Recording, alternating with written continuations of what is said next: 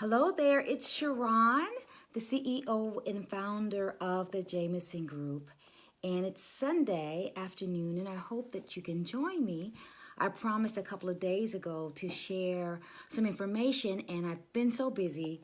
But hopefully, if you don't catch it now, I hope that you will catch it on the replay, because I was asked a question about how do you know when a person is losing focus? Hi, Michael. How do you know when a person is losing focus? Hey, DeGlory and Faithful. Thanks so much for joining me today. I appreciate it. So I want to say, give you an acronym because that's how I teach, right? About ways to identify if you are losing focus. Hey, Dawn. Hey, Karen. Thanks so much for joining me. I am so grateful. So how do you know? How do you know when you are getting off track? How do you know when you are losing your way? I want you to write down AIM as an acronym. The A stands for advancement. You know when you are off track or when you are not making headway towards your goals, your aspirations, your divine calling, your destiny. A, when you start to understand that you're not going forward. Going forward. Now, we all know that success is never a straight line, right? But we know that we are getting derailed when we are not moving toward our goal, our aspiration, or what we desire. So when we're not going forward, when we are stalled or stuck, when we are operating as if we are a parked car, we know that we are not doing what we desire to do and we're not moving forward. Hey, Abraham. We also know when we are not moving forward or advancing, when we are not growing outward. Going forward is one way, growing outward is another way. When we think about our lives, there is a desire or commitment for us to always be growing our capacity, growing our capability, growing our exposure, growing our education, growing in some way that makes us bigger, better, and bolder. And you know when you are losing focus or when you are stuck, when you're no longer growing, when you are no longer adding something to your skill level, to your talent. And so when we see and when we start to realize that there's no cultivation or no maturation happening, we know that we are in a tough place. So if we're not going forward, if we're not growing outward, the third way is if we're not feeling good inward, we know that we are stuck. Hey, Nicole and Leah, when we're not growing inward, we know that we are stuck.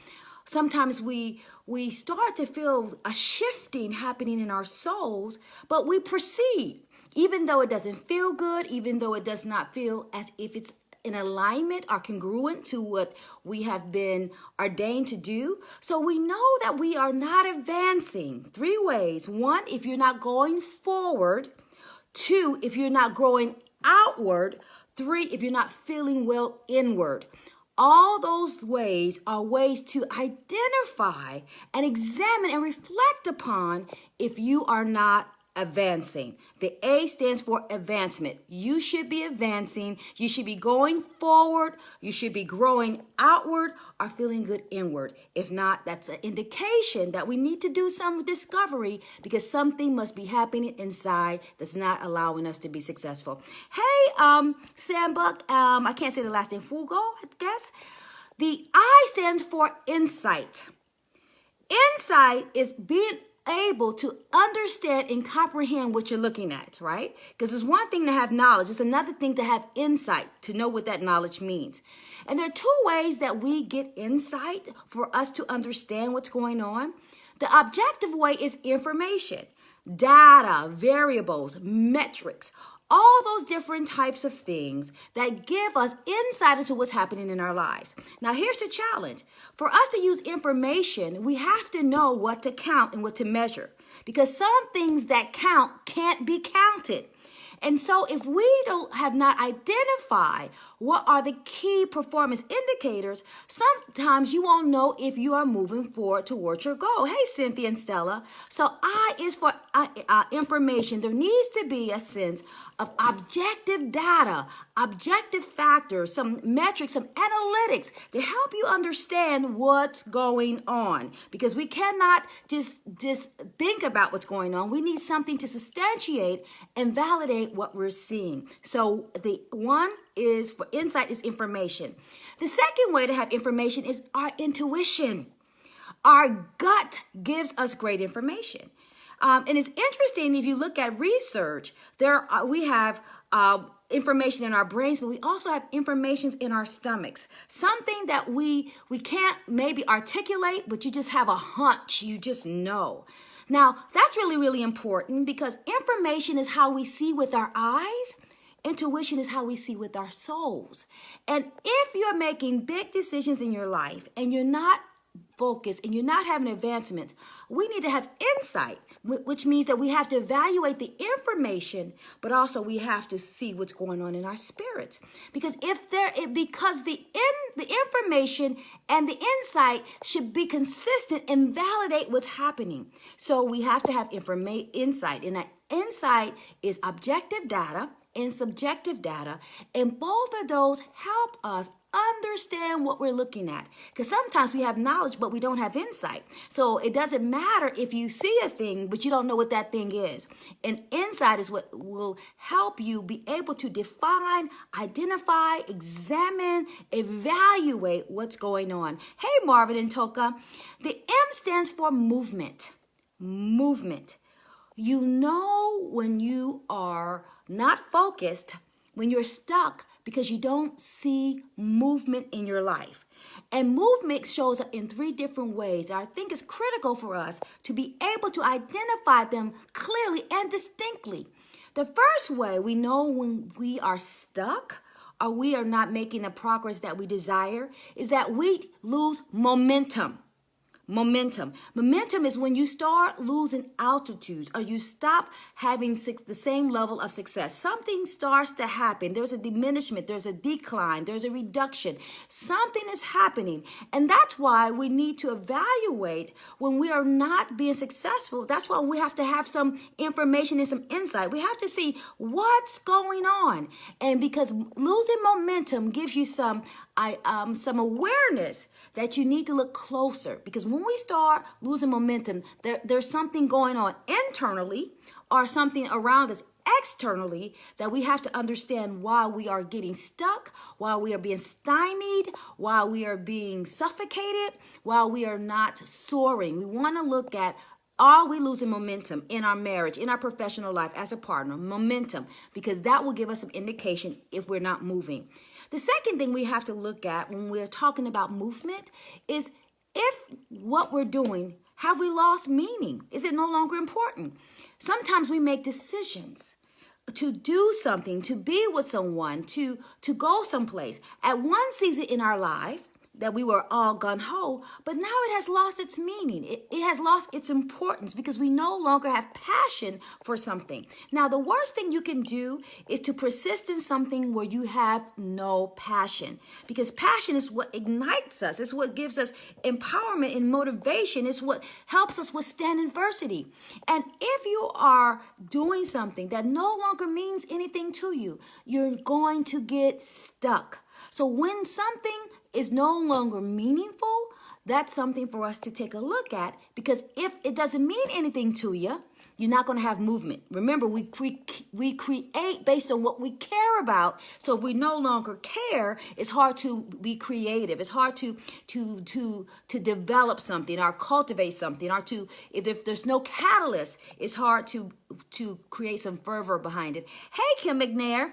The last thing that helps us identify if there's no movement, if there's no multiplication, what that means is that everything that we are connected with should be fruitful.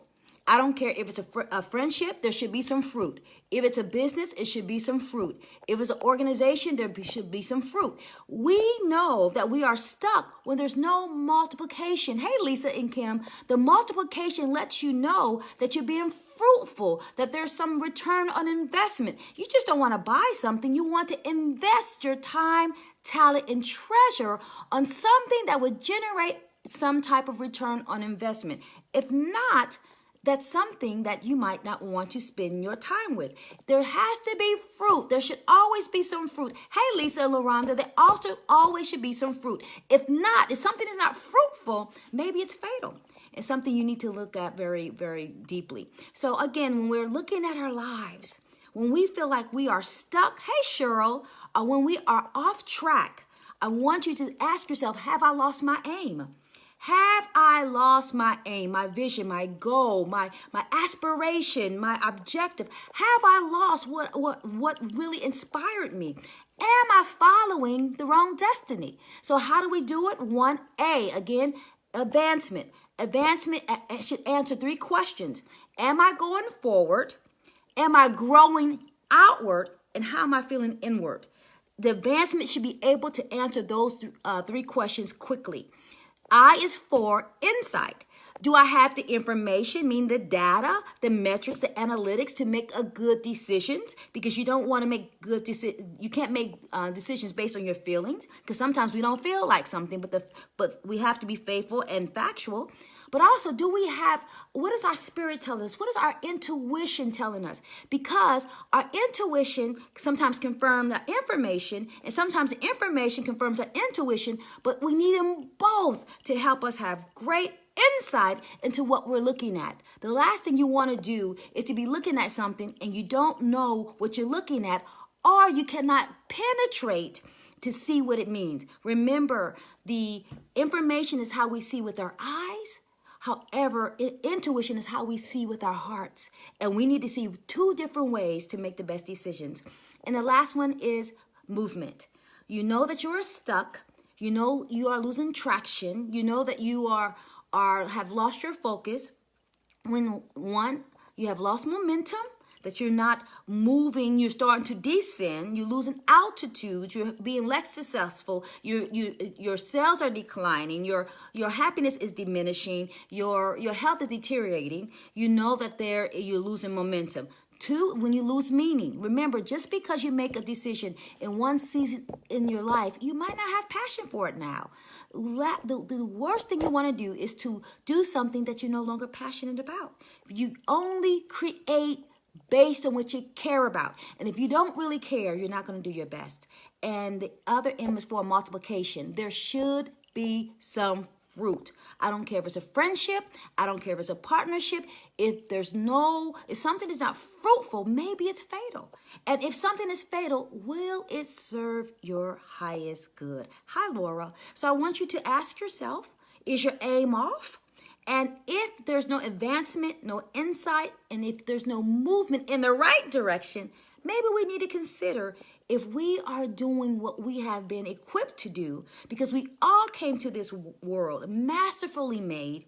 We all came to this world exceptionally equipped to do something that only we can do. But if you are doing something and there's no advancement, no insight, no momentum, maybe we need to take a closer look. So I hope that helps. I hope that gives you something to think about.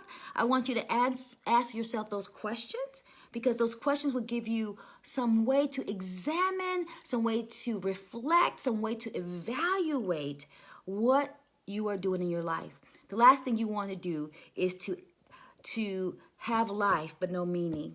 Because we don't want to just make our moments count. We want to have moments that take our breath away. And the only way we're going to do that is if we are moving in a way that continues to make us excited about what we're doing and what we're creating, not only for ourselves, but for the world around us. So I hope that blesses you. I hope that gives you some information to think. And please connect with me on my newsletter. And hopefully I see some of you on Saturday. We'll be doing the book signing for the Faith for Fire Trials, me and Crystal and Joyce. So I hope to see you on Saturday. And I look forward to seeing you. I'm on my way to Chicago to share. And maybe I'll pop in from Chicago and share some of the topics that I'm sharing with some executives, because we do a lot of work and I would love to share with you. Yes? So have a great Sunday. I hope you feel fulfilled. I hope you're doing what God has called you to do. And let's dare to soar higher. And God bless you. Thanks so much for joining me. Bye.